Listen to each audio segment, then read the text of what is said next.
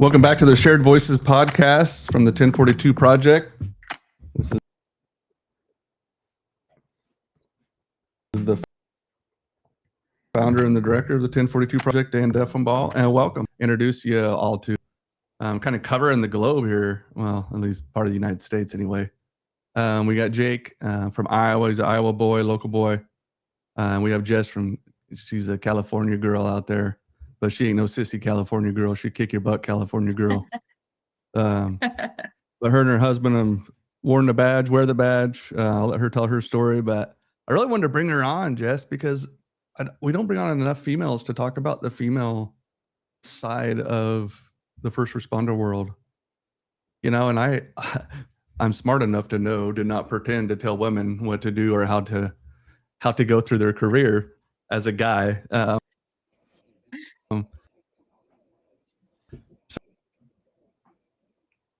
So we're really wanting to grow our organization and grow they can, have a group to lean on as well, because in our organization, this is just because I know hurt people. And I want to be very careful with the first responders that come to our organization or ambassadors of our organization, that we keep it male helping male, female helping female when we're matching up people that are struggling and mentors and stuff, because it gets messy when you don't. So we really need to build up our female community. So if you're listening, you're a first responder in the Midwest, reach out to us. We would love to be one of our ambassadors. We need your help. We need you to help start and build the community up to the powerhouse, life-changing. Thank you for joining us, Jess. You want to tell us a little bit about you, your family, and where you're working, a little bit of your history, because I think it's kind of fascinating. You and your husband both do this job, and what a unique thing to have both parents. It's got to be unique for your kids to have both parents, kicking butt, saving lives, and taking names. Yeah, so been in law enforcement. This is my 18th year, and started off patrol like everybody does when you go into law enforcement at a local sheriff's office. So worked in a very rural area. Even though it's California, there is rural areas out here. So sometimes my nearest backup is about 40 minutes away. There was areas I worked where that was me. I was the deputy 40 miles or 40 minutes at least. Had some sticky moments, learned to hold my own. I'm only 5'2", so I'm not super tall or anything by any means. But met my husband on the job about 14 years ago. Friend of ours thought it would be a good fit. He was right. He asked us to name our first child after him, and my first child was a girl, so that didn't happen. But he worked for a state agency. My husband's only got a couple more years before he retires if he wants to. But he's in investigations now, so he's not on the road anymore. Oh, good. Funny enough, I don't think our kids really remember us on the road. My daughter might have remembered very. Oh, really? Yes, I was always at an investigation unit after she was born, and she's going to be 12. So, and my husband was an investigator. That's a blessing. So when they see a patrol car, they don't think that that's what we do. I'm in the DA's office now, so I'm inside. Working cases from the angle with the attorneys and going to court a lot more. I also testify as a domestic violence expert in our cases. So my kids sometimes don't think I'm a cop. Sometimes that's a little hurtful, but that's fine. Whatever, I don't let the ego there. But what do they think you are? I don't. What do they think you are? I have no idea. They don't think I'm an attorney, so I know that much. I don't know. So my son is like, you don't drive a patrol car, and I'm like, it's still a cop car. It's just undercover. It's unmarked, and then teaching at the academy as well. I do that with the recruits with certain classes that I can obviously help with, and then tried to help, especially some of the female recruits that ended up from the academy going into law enforcement. I still stay in touch with. So we still talk, and actually Speaking of females in the law enforcement community, I've talked to a couple of the females, some that graduated last class, some that graduated the class before. We're talking about possibly organizing something to where our incoming recruits that are female, because there's a lot of questions that come up with going through the academy as a female that men don't have to deal with. So some of those things that we're going to possibly put a group together where we will sit down with the new recruits and explain to them things that they need to know specifically to be helpful for them. So how long have you been in the academy then? I started in 2019. So, Okay. but so we kind of like we're called adjunct teachers. So we just come in for like a 4-hour block here. Another, Yeah. I had yesterday, I did a 4-hour block. I'll come back in a month, do another 4-hour block. And then I teach again towards the end. And it's going to be more investigative style is what I'm teaching. So the investigations on specific crimes, not just general law enforcement stuff. So, but it's mostly the book stuff. Yeah. What I teach. The nerd stuff. Yeah. The stuff that most cops don't want to sit down for, but they need more than anything is that part of it. But we just want to go out. We just want to go out and kick in doors and get the bad guy. I have to explain them before they can kick in those doors. There's certain things they have to do first before that can happen. Other doors you got to open first. Right. Yeah. Yeah. Well, cool. Well, that's awesome. And you are, so I think what's you're out in California and we are here we are in Iowa, but yet really, and I know it's two completely different states and your guys' crime rate's probably higher than ours, but still it's kind of the same setting as Iowa, meaning that your backup's a long ways away. Like this isn't like LA where you just turn around, there's a cop every 13 feet. Right. I mean, so the people listening, especially the Iowa, we have listeners listening all over, but the Iowa people, man, she can relate to what that's like to be out there on your own and really learn how to use verbal judo, to talk things down. Seems like in rural Iowa, that's the key, the power of the lips, right? Yes, very much so. Very much so. Yeah. So we had talked, and I know you're passionate about first responders' mental health, and you're passionate about people getting help, getting rid of the stigma that's behind it all. You're tired of seeing people dying just like I am. And I know you're hard on it because I got to hear you talk about it. But explain to me why. I already know, but explain to our listeners why you're so passionate about it. Because when you shared with me the situation out in your area over the last, I forget the timeline, year or two, maybe less, I forget what it is. But when you told me what's been going on out there, it kind of really surprised me that there was that many issues, and we're talking about suicides for first responders. Because California, Florida, and the East Coast, you still don't have enough, but you have the most resources of first responder, inpatient, outpatient retreats, and all this stuff. Because we're sending people out to California all the time for treatment. Yeah. So are we not getting enough treatment out there? Are people not utilizing it? Or is there just more to the picture we haven't figured out yet to stop this? Because, and I'll let you tell the numbers, but I believe it's somewhere around 5 suicides that had happened. But can you tell us a little bit about that? And because I know you've always had a heart for it, but that's one thing that's really triggered you lately where you're like tired of it. You're ready for some change. So tell us about that. Yeah. So working actually on patrol at the time, well, I was a detective, I think, at the time when I first started seeing more of a pattern. But to kind of start at the beginning, my daughter's born in 2013. So 2014, it would have been January 10th of 2014. I had learned my former FTO, who was no longer in law enforcement, some mental health issues, ended up committing suicide. I was actually on my way. It was actually the 9th, I'm sorry, because I was on my way to my best friend's wedding in a different area. So it was the night before her wedding when I got a phone call. And we knew he had issues, but it was one of those things, I think luckily we had a really good sheriff at the time, and he was trying to help him, but you can only help people that want the help. Yes. And it just kind of got to the point where the help wasn't I guess he wasn't taking the help. And you don't think much of it. You think, okay, that's one in my career. In this job, I knew it was bound to happen. But 2018, we ended up having a local police department. They had a officer who committed suicide. Um, and at the time, I didn't understand. I felt like a bad person. And later on, I go back and tell my buddy who I was very close with at that police department. I had to profusely apologize to him, which he understood. But at the time when everything happened with that officer, it was an off-duty incident. He went out very early in the morning and committed suicide, and nobody really knew that he was fighting these demons that he was fighting.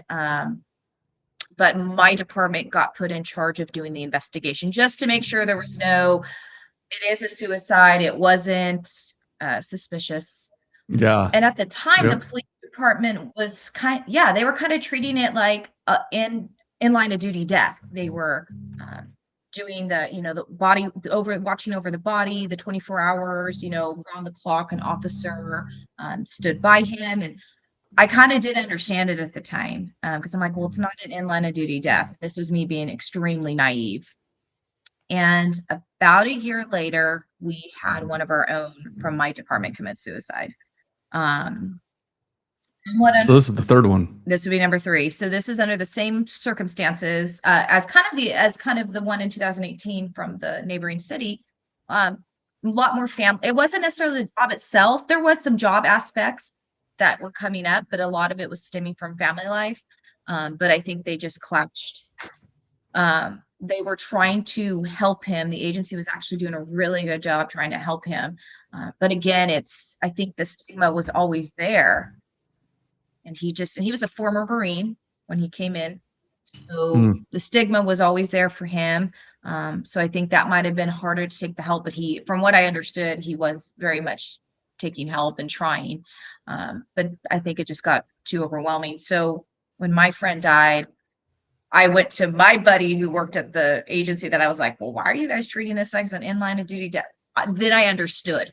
And I apologized to him because he came from this police department and came to our sheriff's office and helped us with, we brought Tom back from Bakersfield, and we did the procession, and he came and he was right there and he was helping us organize everything because we were falling apart. And I profusely apologized to him, and I profusely thanked him for everything he's done. And him and I bonded we still are, we're still very close. And then about a month later, we had a murder suicide. It was one of their officers from the same police department that lost the gentleman in 2018. They had a murder suicide. I just came back from a trip with my husband, and I got a phone call, and they said, "Hey, are you able to come out?" And they said, "It's an officer who was killed." And I said, "Yeah, I'll be out there." Find out who the officer is. And then we found out the person who killed him was also another officer, off duty at a party. The suspect was trying to do some harm to his girlfriend, and Jonathan was the officer that was killed. He saved her. He saved her life. Got her out of there. She survived. Thank God he was in the process of killing her. If Jonathan would have walked in, she probably would have been dead. So he saved her life, but he paid the ultimate sacrifice for saving her life. So then we had 2 there. At that point, I was like, I don't really want to be on patrol anymore. I need to go into an office setting. I need to kind of get away from all this. I want to help but I want to help, but I don't. This is breaking my heart. And it's too much memories being at that department. Nothing. My old department is fantastic. They handled everything super, super well. They did absolutely nothing wrong. They did everything they were supposed to do for us. It was just memories. So I left, and when I started my new agency last year, we ended up having a suicide. So I kind of left thinking that, okay, we're all in the office. We're not out in the field. We're not being reintroduced to trauma every single day in our jobs like we were when we were out in the field. And then we had another one. So, and And this was a person who our agency is very small, not a very big agency within the cops. And so we know each other very well. And I got to know him, and he helped me through some tough times, kind of changing job focus and how things work, and being newer to the county that I'm in now. And so that our whole agency took it very hard when that happened. I can only imagine. That's talking about devastating to the community. That is 5 in a very short period of time. Yeah, we also had I couldn't imagine what that was like to go through. we also had another officer. I did not know him. My husband actually he actually worked with him beforehand when they worked like their civilian job. My husband, he worked for a local agency within the county I'm in now, and he committed suicide, I believe in April of 2023, on duty. He was on duty when it happened. Oh my gosh. Yeah. How far is that from where you live? So actually from where I live, it's only about 30 minutes, but from where I work, it's within the same county. So it's about 15 minutes from where our big city is. Wow. Yeah. So that's 6. Yes. Are there any other ones that you've heard about that we don't know, that you haven't? I'm trying to think of like the more surrounding areas. There might have been a few, but I know One that, area. well, like kind of around now. Yeah. Yeah. Yeah. Hmm. It's a lot. I do think our people are pretty resilient, and we do have people who want to help, but I still think, like you said, I think the stigma is still there with a lot of us, a lot of old schoolers. I think I told you, Dan, I think we are trying to change things, but the real change is going to come with all these kids that are I call them kids because I feel like they're my children. The ones that are graduating the academy, the ones that are going into law enforcement right now, I think they're going to actually be the real change. They're going to be real change in this. I do too. I think Jake would agree. Like, so when I go to the academy now, I've never seen such a young group that has no issue talking about their mental health. It is so refreshing, and it's not all of them, but I'm just comparing them to like our generation, right? Like I went through the academy 25 years ago. Nobody talked about any of this stuff, but now it's amazing. This younger generation is more open to it. They don't look down on it. They don't judge people on it. And really, I've noticed, and I encourage them to do so, a lot of them are kind of leading the change in their departments, the younger ones, of just talking about it openly around the table and just kind of starting their own change. I think that's pretty cool. I agree with you. Yeah. I see it. I see it just because, especially like, when we would go on these calls that were pretty horrific, we literally clear the call, and go to the next. I think I told you, Dan, we had an incident where we had a little boy that drowned. I was in the office, I was working backgrounds, and I was just getting ready to leave. And I heard the call over the radio, and my buddy, who was a sergeant at the time, I knew he was busy, and I called him. I said, "Don't got to say anything. All I'm asking you is, do you need me to go to the hospital and meet the deputy that's driving this mom and dad to the hospital?" And because I said he's by himself, he goes, "Yes, go." So I drove to the hospital. I met that deputy to make sure he was not by himself with these grieving parents. Little boy ultimately died. The parents were in a room while myself and the other deputy were basically at the bedside of this child, and watched it.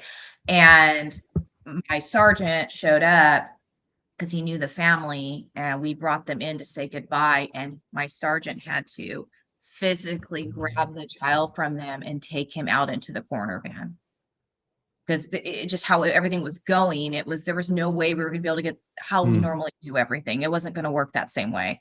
And I mean, literally, call was done. Okay, everyone, go home. Go home. Have a good night. And I remember a couple days later, I have a fence around my pool. Don't be late tomorrow. Yeah, don't be late tomorrow. I have a fence around my pool, and my kids were little. They were little. We were outside playing. The fence is secure. I knew they can't get in. And all of a sudden, I started feeling really hot, and my heart started beating. And I was like, "What is going on with me?" I'm like, "They can't get in the pool. They can't. I'm right here." And I realized later it was my anxiety because we'd just gone through that. And it's a trauma I had because I saw this little boy and I thought he had a heartbeat Yeah. because it kept going that he had a rhythm. And I go, oh, look, they're bringing him back. And the nurse comes up to me and she puts her hand on my shoulder and she goes, honey, that's just us doing CPR. I go, what? And she's Oh, like, no, he doesn't have a pulse. That's us moving his. And I yeah. went, and that's when it like hit me. So when I got Mm. home, I kind of brought that home, not realizing I brought that home. Mhm. You had mentioned when you were saying that, and Jake probably caught it too. You said you felt it in your chest. Jake was telling me at I don't know, his counselor or what somebody he was talking to, but he learned that there's signals in your body that are our earliest triggers that if you learn, you can find them. And I don't know if this is exactly what you were talking about, but Jake, you tell me a little bit about it and what yours is. I feel like this is interesting. I got kicked in the stomach. It's like a knot, like a big knot, like right below my rib cage in my stomach is the first sign that I'm having a response or an activation personally. And I learned that from a trauma coach actually, who does somatic processing work. And it was, for me, immensely beneficial just to figure that out. Because prior to that, I was just oblivious to what any of those sensations meant at all. Mhm. Yeah, for our listeners, the reason why we're talking about this is because the sooner we can notice the triggers in our body that's reacting, the sooner we can identify them, the sooner we know what we're fighting against and what we can put in our we can start to use the coping mechanisms we have, the safe coping mechanisms we have to kind of de-escalate it. Go for a walk, run, whatever it may be, pray. But Jess, so is that right? So do you feel it in your chest first? Is that where yours Yes, is? yeah, definitely. I'll never even now Yeah. talking about it, it kind of brings it back. I remember that very well. Very, very vivid. You feel Yeah, it? You still I feel could it today? Like when yeah, you I talk could about it? still Yeah. feel my heart Yeah. rate a little bit. It's going up, but I can remember it clear as day, like clear as day feeling. And I'm like, what's wrong with me? Why am I, doing this? So I during my career, I unfortunately attempted CPR on 3 infants and failed all 3 times. And so you're telling the story, and You well, didn't failure. I fail. was just gonna say, but I know what you mean. I meant it didn't work. I didn't bring them back. And this story you just told, I've lived that exact story with a few minor details, but that exact thing. But as you're telling the story, I'm like, all right, that's hitting me. That's triggering me a little bit too. Yeah. It's weird because of all the things you see. And I know it sounds corny a little bit, but it's things with kids that really get to you. Mhm. And I never Absolutely. really had these issues until I had my own. And Yeah. that's when it happened. Yeah. Yep. I 100%. I had I my would first agree. kid 5 years ago, and so I'd been an officer for, I don't know, a little while, but yeah, that changed everything. And then when, we brought our son home, and I could not stop watching him, because two of the 3 were SIDS cases, which is just, Yes. no one knows what causes that. And so it created this massive level of anxiety. I put a camera on him. We got a pulse ox, like the owlet pulse ox. Like I don't think I slept for a year. I just because I was so worried about it. Yeah, my a little extra for my son, who's just extra in life. My daughter's my oldest. He's very extra, and he was extra from day one. So he was born at 35 weeks. I mean, he literally just punched his way into the world, and so, yeah, he was very dynamic. But when he was delivered, he was not breathing. So I just remember because when my daughter was born, she was a screamer. Like, I'm like, oh, she's fine. He wasn't. I just remember looking at my husband saying, he's not crying. He's not crying. He's not crying. They get him onto the elevator, still not crying. They said the minute they got him into the elevator, he started crying. It's like, seriously. But he had to have the CPAP. He had to have all that. He was in the NICU for 6 days. You don't and you don't forget that. You don't forget those images. When my second child, Andrew, was born, he was born in the hospital. We were told he was fine, and then we're getting ready to go home. We got the bags packed. We're getting ready to walk out of the hospital. They come up and check Andrew one more time, and they hear something weird with his heart. And next thing we knew, they were rushing him to a surgery in Iowa City. 2 hours away, and his heart was apparently built backwards. It's called transposition of the great arteries, where his heart was flipped. So instead of the main arteries coming in this side and then coming in this side and out this side, his heart was flipped. So they crossed, and he had a big hole in the middle of his heart. So it was all like purple blood. So they didn't think he was going to live. So they took him there and they did open heart surgery on him. And again, we thought we were going home, man. We bawled all the way to Iowa City. And so we stayed at the Ronald McDonald House for a long time where Andrew was recovering, and they apparently lost him on the surgery room. But they got him back. And we just seen your kid in those NICUs with all those tubes. It's like, once you go through that, being a parent's hard enough. Then when you go through that, then when you go on these calls, it's like, can be crippling. It was for me. Yeah. For sure. Yeah. For sure. My So my go ahead, second Jake. son, No. I almost forgot about this, which is probably speaks to the amount of therapy I've done, but he was born with his umbilical cord wrapped around his neck twice. And the only reason it didn't do any permanent damage is, for some reason, the umbilical cord was like twice as long as it's supposed to be. The delivering doctor said she'd been doing this for, I don't know, 20 years or whatever. She said, I've never seen an umbilical cord that long. She called it a jump. Praise a jumper. God, man. It was crazy. But when he popped out, so he started to what do they call that? His oxygen started to, what do they call it? Decel, or like when he was still in the womb. Okay. Getting ready to deliver, my wife would start pushing, and he was, I think they call it decel, right? Like, or something like that. He started his oxygen. I don't know. That's a battery that I used in flashlights back in the day. The big old magnet. Yeah. But so then they all freaked out. So then, everyone comes rushing in with carts and gloves and everything. And I'm standing in the corner, and I'm feeling all the, I was having essentially a panic attack internally while that was going on. Yeah. And he popped out, and then that was the reason. And then he's just fine. Like, he's just fine, but he's just fine. But it was just that moment was not just fine. No, I'm guessing he's the one that keeps you on your toes. No, he's actually a lot more mellow. Our oldest, you talk about being extra. My 5-year-old is extra, like extra, needs attention all the time, never stops talking. But my younger son, he'll just like do his own thing. Yeah. Oh, funny. It's a different pain when it's your kids, man. It's a different pain. It just is, and it's what's awesome about parenthood is you kind of learn a little bit about the love of Jesus, right? What God has for us. Think about how much we love our kids and the things we would do for them, how much more he loves us. Like, we can't even fathom that. Like, when you become a parent, you kind of, in my opinion, it helped build a relationship with Christ, because you kind of get that parent, father, child relationship. Die for your kids at any cause, protect them at any cause, but yet you still want to discipline them and make sure they're not turning into Jakes or Dans. I just want to be good people. That's all my goal is at this point. Be good people, be kind. Don't go to jail. Yeah. Yes. So, question for you, Jess. Maybe this is a stupid question. I love asking stupid questions, just so you know. I didn't used to. I used to be embarrassed to ask them, but I love it. Have you noticed that do female officers, told you it's gonna be stupid, do you see the female officers and male officers process trauma differently and have a different vision or a different view of the stigma? Or is it the same?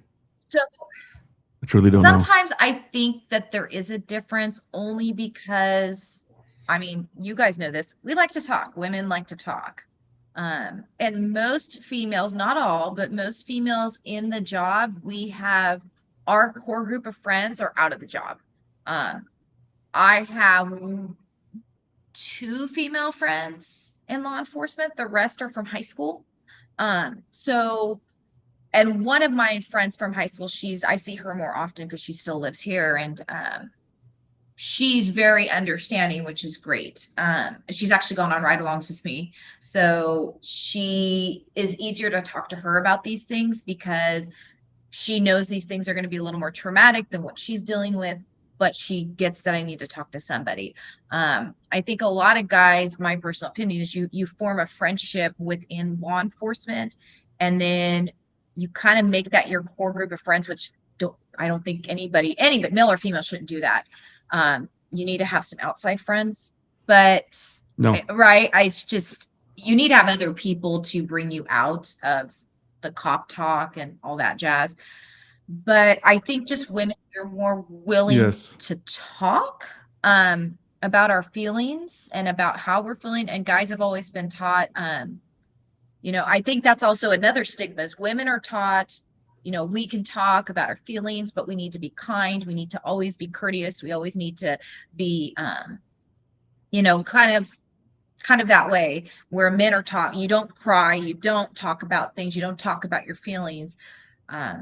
So I think there is a difference with how we process it, just with how our upbringing is. I know I'm saying I'm a lot because I'm trying to think. I do see though that You're fine. like when we went through our stuff, I was probably one of the only 2 females at the time that really knew a lot of these people in my department. So the nice thing was these guys, we all kind of responded the same way, and we knew we could talk to each other, and we knew we could be very brutally honest.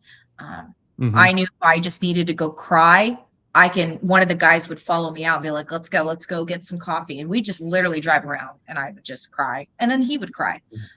Yeah. That's You had just said this how to me. we You had said lived. this to me before that, and I think that's kind of cool. You really praised your department for how well they have each other's backs, support each other, understand the mental Uh, health side of it, right? yeah, the sheriff's office, especially where I came from, the sheriff was amazing. He was fully on board with when we lost Tom. Uh, he's like, look, whatever you need. And he actually relayed to one particular sergeant who's a friend of mine, because he knew that sergeant was gonna never say who said what, never gonna give names. And so he became like the liaison with our HR department. Hmm. And so he would just call and say, hey, I have somebody going to an appointment. This is the day and time. And no name was given, nothing. He actually went and met with the therapist first that we were using. And she actually called him out and said, you're here to vet me, aren't you? It's like, how did you know? And she Nice. goes, in your guys' debrief, everyone was looking at you. Wow. So yeah, so he Yeah. took on the role. Yeah. So he's That's still an good. It's not important like person that in my life. everywhere. Yeah. That No, changes. he's a very important person in my life. He had to medically retire. He was a go-getter. I worked with him for a very long time, and he was very hyperactive. But he got injured on the job and he had to medically retire. But I mean, through and through, one of the best people on the planet that I've ever met, and he will literally give you the shirt off his back. So that was just his personality. That's cool. Yeah. Yeah, that's really cool. That was not my experience at either department I worked for, unfortunately. Really? Yeah. Yeah. Neither. I've told At Dan this story, but in 2019, a friend of mine, another cop, was involved in a shooting where he got hit in the face multiple times with CO2 pellet rounds, like little metal beams from point blank. And I was the first one to get there and help him. And at the time, we didn't thank God it was a pellet gun and not an actual gun, or he wouldn't have made it. But it looked the same. His face is covered in blood, and he had the most fear I've ever seen on a person's face. And he asked me if he was going to make it, and I had to. Well, I didn't end up lying to him, but in the moment, I didn't know, and I had to just decide to say, yeah, I think you're going to be fine. I can hear the ambulance coming. So then from there, that was the first 10 minutes of my shift that day.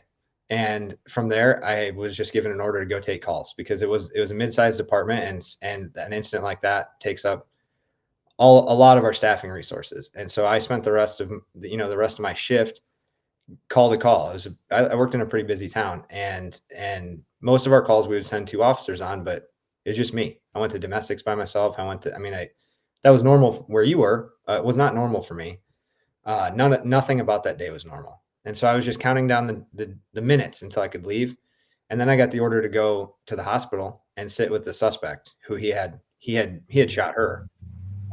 And I freaked out. And prior to this, I was like, officer of the year. Like I had all this extra duty stuff. I mean, I was my career was thriving. I'd never been disciplined. I never even voiced an opinion different than command. And I drove to the station and freaked out. And my lieutenant and sergeant at the time they waited till I stopped and they said, "Are you done?" And I was like, "Yeah." And they're like, "Then go to the hospital." And that was it. And so I had to go and sit with her at the hospital for another 4 hours after that. And now looking back, that's where my PTSD started. It's not the only, but that's the culture I came from. And that was like normal where I worked. See, and it's crazy because I think about like when you're talking about the situation, when you're telling me it's happening, I was like, okay, how would my old department? Because again, I'm not on the streets anymore, but taking myself back to the sheriff's office when I worked there, what would my sheriff, what would he have done? We have jail staff. We're lucky and fortunate for that. They would have sent jail staff to go watch. And actually, most of them like doing that overtime. So they would have sent jail staff to go do that. He probably would have called in another shift. He would have called in the next day shift or maybe a shift that's completely off. Or we've done this before when we went to funeral for Tom and things like that, because he didn't want to stop anybody from going, is we'll have the neighboring cities come and cover the calls. Yeah. And that's what he would have We've done. done I that, know yeah. 100%. Yeah. I've heard of that happening, but Yeah. this day it just Wow. nobody cared. Yeah. Nobody ever even asked to this day. Yeah. So Jess, when you were starting your career and going through it, did you early on, did you struggle with it right away? Did you struggle with your mental health or are you doing fine? Tell us a little bit about your journey through your career. What was it like? So where I saw the switch, I think I said it before, is when kids came along. I was in my career single. I mean, of course, my mom was always scared to death. Again, I'm her only child, so that was a lot. My parents were always my dad never voiced a whole lot, but I took my mom on a ride along. Scared her at one point. Didn't mean to. It just happened. I don't know. Things happen. And then my dad went with me when I did some overtime detail on us. It was like a click it or ticket thing, and my dad actually helped me catch one of my. He's like, "Hey, look, that kid's standing up in that car." So my dad secretly wanted to always be a cop. So, that's great. At the beginning, I don't think I noticed it. Maybe because again, it was ingrained in us not to show our feelings, not talk about things, and it wasn't really ingrained in that point. So I think I was just living day to day. And I'm trying to look back and think if anything really flagged. And I think it mostly started flagging once I had kids. Yeah. And then I started seeing it's not just about me anymore. If something is to happen to me, like now I've got 2 other human beings that are depending on me. So I think that's where it really started to kick in. It took a while before it really hit. I think some people hits really early in their career, depending on what you go through. Some people it's later in their career. Most of the stuff that I've gone through was mostly later in my career, which in a way I kind of thank God for that because I had a little bit of a foundation. But I know there's people that have been in their first shooting, their first week on FTO. And I'm like, I don't know how that's a really hard comeback. Yeah. For someone who's just starting. If you've been in this career 10 years and you get in a shooting, that's usually you can handle a little bit better than someone who's been in 1 week. So I really do think it's when and how all these trauma events happen. I think now they're coming earlier in people's career than they used to, for sure. Yeah. And I think that a lot of it has to do with untreated childhood trauma. I know it was for me. I know it was for Jake. It's just a lot of it is trauma that we're not aware of, or we are aware of and we're running from and taking care of before we start our career. So we're carrying all that baggage right into our mess, and we just try to keep coping and and we get to. I think and I think some people come in with trauma already. I learned this from teaching at the academy. I felt absolutely terrible, but I also teach sexual assault. So I have to have role players that are cadets. I don't have the ability to have role players come in. I would love to change that, but sometimes I have to use the cadets. And I felt terrible because I actually had picked a role player, Mm, not realizing that that person had childhood trauma that involved what I was teaching. mm. And after I figured that out, now I immediately, the first 2 seconds of class, I explained to them what we're going to be doing. And I explained to them, if you get this yellow sticky note on your desk and you do not feel comfortable, please tell me on the next break that you do not feel comfortable, and I won't ask Smart. any questions and I'll move on. Lesson learned. Smart. Ever want anyone to feel uncomfortable. Yeah. You're not there to trigger them. Right. And so I learned very quickly, but I'm not trying to boast, but I was very fortunate. I had a great childhood. My parents That's were awesome. fantastic people. My mom and I are still very close. She's probably my best friend. My parents are very involved with my children. They probably see my kids twice, maybe 3 times a week. They live Yeah. about a mile. They live about a mile or 2 from me. They don't live that That's far. awesome. That's great. Yeah. So I didn't have that kind of trauma coming in, but I know that some of my coworkers did. So I do think that plays a factor. Yep, definitely a part of my story, and exactly what you were talking about was a part of my childhood too. I came into law enforcement having never told a soul, and I wish I had. I have now. Yeah. It's Yeah. I've let go of it for the most part now, but Yeah. I could see how that would have been difficult for that cadet for sure. Yeah. Yeah. So we talked. Yeah. Trust me. And I told her not to ever, whenever she wants to tell or he wants to tell their story, that is their decision. Mhm. They do not need to ever be pressured to tell their story, and they never have to.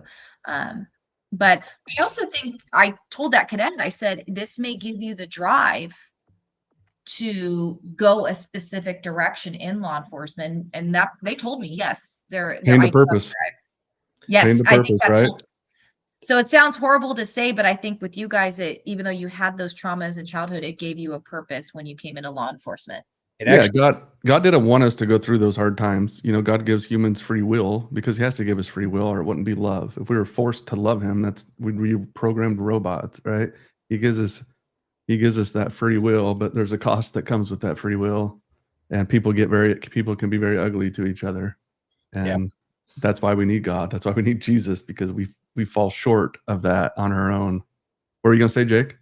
Oh, for me, I quickly realized I needed to stay away from those types of cases when I was a cop because I would get too angry at the suspect and not. I mean, you can't be an effective cop if your own emotions are involved, of any kind, but especially anger. It's I'm sure had I gone into, especially the investigative side of child sex crimes, I would have, been doing things like, you know, you're guilty before I even really investigate it. And I'm going to try to charge you with every single thing I can, even if it doesn't quite, I just knew that I shouldn't do that. And I didn't for that reason. Yeah. I will say though, what you would have been great at is you would have been great at talking to the child. You would have been great at, and There you I go. think you would have built a really good connection with them pretty fast. Yeah. And then you can leave somebody else to talk to the suspect. We did that all the time in my investigation unit. Maybe I talked to the child, but then somebody else talks to the suspect. We did that all the time. Yeah, Yep. you're probably right, but that was my take. Is I'll focus on other things. Yeah, Right. it's good self-control and self-knowledge. They frown when you beat the piss out of them, so it's good that you're not, your control and. Not saying I would have, but I would have wanted to. All right, we're gonna close out this episode. Thank you guys for joining us. We're gonna have them back on if they will allow us to. Although we kind of ran late today because we were having all sorts of issues with electronics, but if they can stick around, we'll do another short one because I want to hear some more from Jess. If they can't, we're gonna have them back on multiple times. You'll hear them in the future. I want to thank you guys both for being on, and hopefully we'll see you on the next episode. Thanks, Dan. Thank you. The 1042 Project Shared Voices podcast. Thank you for tuning in. And just a reminder, we are a 501c3. If you guys can support us, you can go to our website, or if you know an organization or a company or your church may want to get involved in supporting 1042 Project's mission of equipping, restoring, or repurposing our first responders, please reach out to us at 10-42project.org. There is a giving page on there. We need your help. We need your support. If you can't give financially,